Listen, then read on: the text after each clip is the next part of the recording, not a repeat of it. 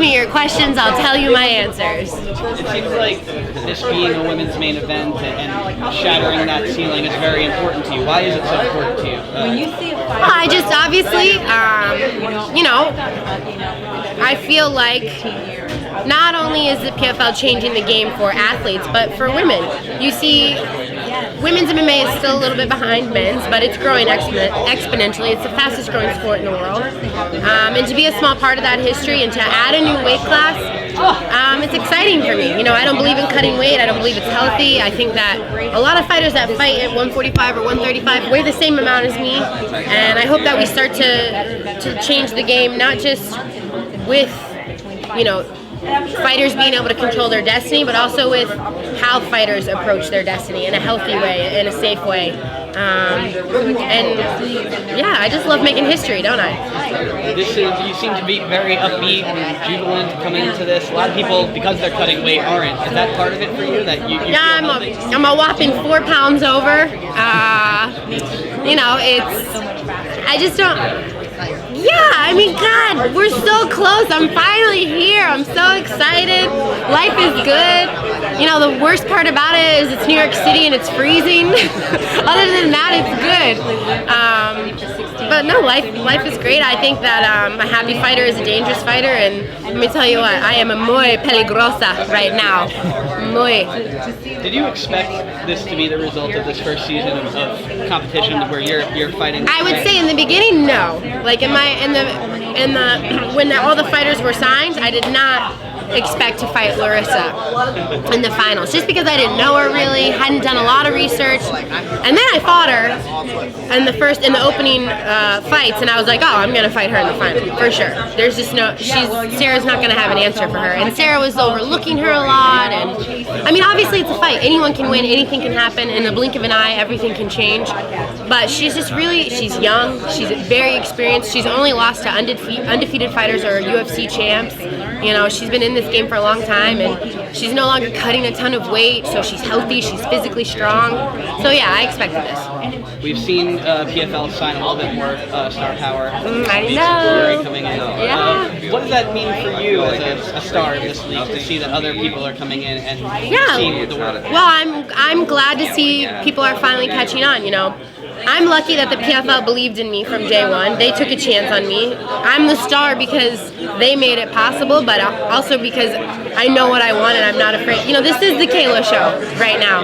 But that's just because we both believed in each other. And the fact that other fighters are starting to believe and starting to see that you can create your own destiny, you can be in charge, they treat us great. I'm excited. I'm excited to see. Me and the PFL are going all the way to the top. It's me and them. Question, Kayla. I talked to Sarah, a few months back, and we talked about, because everybody had the expectation you and her would be in the finals. She talked about possibly getting your head. She was trash talking a little bit. Was there a little sense of satisfaction when she got beat by Larissa at all? No. I wanted to be the one to break her soul. So disappointment then that you didn't get to fight her? Yes. Yes. And then is there any added pressure going into this? Because honestly, everybody expects you to be here. This division is built around you. The brand of the PFL is around you. Is there an added pressure? Is it even on the level of the Olympic kind of pressure? I mean, did you see me after I went to a decision? Did you see what I looked like? Yep. Do you think that anything could be more pressure than what I put on myself? Probably not. No. This is time to shine, all the hard work's been done. I've been training my whole life to be in the spotlight. The Olympics is a great practice run for what I'm going to do with the rest of my life. That's how I look at it. And if I'm winning gold medals in my practice runs, imagine what, this is just a little spark. Y'all haven't even seen me glow yet, okay? This is just a little spark. Could you talk more about that? Because, it was surprising you were emotional after a win the first time you fought Larissa. Where does that innate fire come from? Is it something from a kid? Where does that competitive spirit? If I knew, I would bottle it up and sell it. But I think I'm just crazy. I think that from a very young age, I didn't want to be a doctor. I didn't want to be a lawyer. I mean, I wanted to be the best in the world at throwing people at first, and now at fighting people. And I think that that's my gift, my mental fortitude and I'm different. I'm one of one. I call everyone at the gym calls me the last unicorn, but it's true. if you beat me, if you punch me in the face in sparring, I'm pissed. Like, it doesn't make sense, and I don't think that it's something you can explain to an outsider. And I'm not trying to like be cocky or anything like that. I just think I have this inner fire, this inner desire. Like, if we are walking to the car, I'm gonna try and beat you to the car. Like, it's just like, it's how I'm wired. I can't change it. Every day I wake up, I wanna be the best possible version of myself, whether it's doing the dishes, whether it's being a fighter, whether it's someday being a mother, maybe someday it's being an actress, who knows? Whatever it is, I wanna be the best possible version of me, and that's when I'm truly happy, and that's when I feel truly successful. One last question. This time last year, a lot of us talked to you, and I brought up the idea of Nunes and Cyborg. You train my man, you picked Nunes, you were right. What about Joanna and Weili Zhang? We're gonna pick Joanna for that? Oh, of course, I'm going with my girl JJ, Queen JJ. She's such an inspiration to me. She works so hard. No one's more disciplined than her. No one's more dedicated than her. For me, it's inspiring to share the mats with the likes of her and Amanda. And listen, ATT female, like, we are bad asses, okay? We are bad bitches, okay? Do not mess with us. I told Dan, the owner, like, it's a little bit ridiculous because the men's locker room has like a sauna and like these nice showers and stuff. And I said, listen to me, Amanda's the GOAT, JJ's the queen, I'm the new kid on the block, but I'm coming in hot and heavy. We better get our own damn sauna after this, all right? 2020, there are renovations happening at American Top Team. How important has it been for your career to be part of a team like American Top Team, where there is talent, not just on the men's side, but in the women's side? It's amazing. Are you kidding me? First of all, there's such good people there, and the coaching staff is second to none. The training partners are second to none. The facility is top notch. Every day I walk into that gym and I'm just like, this is like a fighter's friggin' dream house,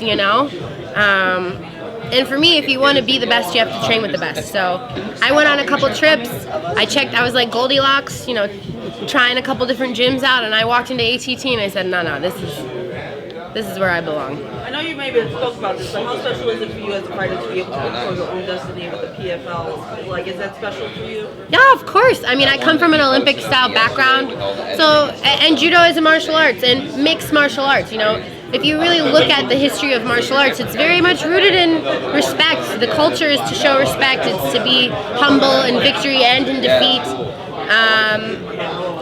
The fact that you don't have to talk trash, you don't have to be pretty, you don't have to, drop a bunch of F-bombs and be like, that's like very exciting for me. I come from first thing you do in a judo match is bow to show respect to your opponent, I think they're changing the game. I'm excited to be a part of it. It fits into my personality and my, dreams perfectly, and I wouldn't want to be anywhere else. Are you going to be paying attention to the Judo Olympics next year? Of course I will. I'm going to have friends and teammates fighting there, competing there. Judo is always going to have a special place in my heart. My first love. Anybody who you should say we should look out for, or who should be the? I'm from Team USA, Angelica Delgado, my longtime friend. She's a 2016 Olympian. She's going to be, the veteran heading into the 2020 Olympics. She's going to be the woman to watch, and I expect her to take home a medal. Has it been weird for you, this Olympic cycle, not being part of the trainings? No. God, no. No. If you do the same, wake up I guess this is what everyone does with work. Never mind. But if you wake up every day and do the same thing for 20 years, by the time you get to the end of the 20 years, you're ready to just you never do that thing again. So I love judo. I miss parts of it. I miss the people. I miss the travel. Not really. It was miserable. But I miss winning. But I get to do all of that now. I get to do what I love every day, and I get to learn something new every day. Do you know how exciting that is for a psycho like me who just wants to get better and better and better and better and better? It's amazing. Actually, could you talk a little about that since your first fight in PFL till now? What would you say you have improved on, and what if you are still working? I think if you just go back and look, my very first fight, I was a judo player in the cage. I don't think I threw a single punch, and then I was like, come here! I think now the key is I'm much more relaxed. I've got hours and hours and hours of sparring in. I've got hours and hours and hours of drilling and practice in with the best coaches and teammates in the world. I'm much more relaxed. My striking's improved a lot. Just my overall transitioning from striking to grappling has improved a lot. My top game, my pressure, my being able to get up, my wrestling, my jiu-jitsu. There's not one area that I haven't gotten better in. Maybe judo, but that's just because I'm already the best. Just kidding. What kind of mental training or exercises do you do to become mentally tough? Yeah, I spend a lot of time visualizing and working on positive, positive thoughts. I have stickies on my mirror, I'm the best, this is my day, this is my purpose, I'm not afraid to win, all kinds of positive affirmations. I visualize myself winning the PFL belt every night before I go to sleep. I go through my entire day, what it's gonna feel like, 5 hard rounds, 1 exchange at a time, 1 round at a time, 1 minute at a time, 1 breath at a time, feeling that belt 10 pounds go around my waist, the ref raising my hand in the air, them calling Kayla Harrison 2019 PFL champion, seeing all my family and friends afterwards. I visualize all of it every night, and I write down my goals, and I don't stop until I get them. Kayla, now I know your friend Sydney Outlaw has a huge fight tomorrow. I know. Does he give you motivation since he's going so fast?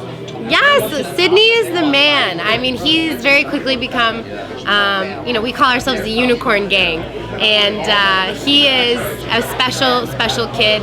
I know he's going to do amazing things. I'm excited for this opportunity for him. There's nothing really I can say other than I believe in him so much. He's been so inspiring to me. He's come a really long way in a really short amount of time, and he deserves everything. He really does. So, I've been to American Top Team, I'm not talking about this before, and they have a big case with a bunch of belts and some of the greatest fighters ever. How would it feel to put your belt in yours? Can you imagine? I'm so excited. I talk about it every day when I walk into the gym. I look at it, I look at the cases, and I'm like, there's my spot right there, Richie. Get it shined up, get it ready. It's Kayla time, it's coming. I'm very excited. All the fighters want, the goal is to have their picture on the wall. I'm like, no, I don't care about the picture. I want my gold in that case, all right? It's gonna happen. Also, just in case anyone was wondering, I don't know if you guys follow me on social media, but we have very exciting news. I am the ATT Fantasy League football champion this year. Congratulations. The only female ever invited. Nobody took me seriously. I won the whole damn thing. I beat everyone in the league, okay? Including Colby Covington, including Will Brooks, including Dan Lambert, including Jeff Munson, including Richie, the manager, including, who else is in there? Matt Schnell. I'm gonna put them all on blast. I beat all of them, okay? None of them would make any trades with me. None of them would give me any help, okay? You go look at the things, like the waiver wires. You know how many transactions I made all year? 7. They all made 47 transactions. No one even told me the rules, and I still found a way to win. That's how crazy I am. I want to be the best at everything I do. So I told them I'm taking all the money I won in the league. I'm gonna go make myself a belt with a unicorn on it, and we're gonna put that fantasy league belt in the trophy case next to my PFL belt. All right, I'm sorry, I'm just goofing off. Sorry guys, sorry.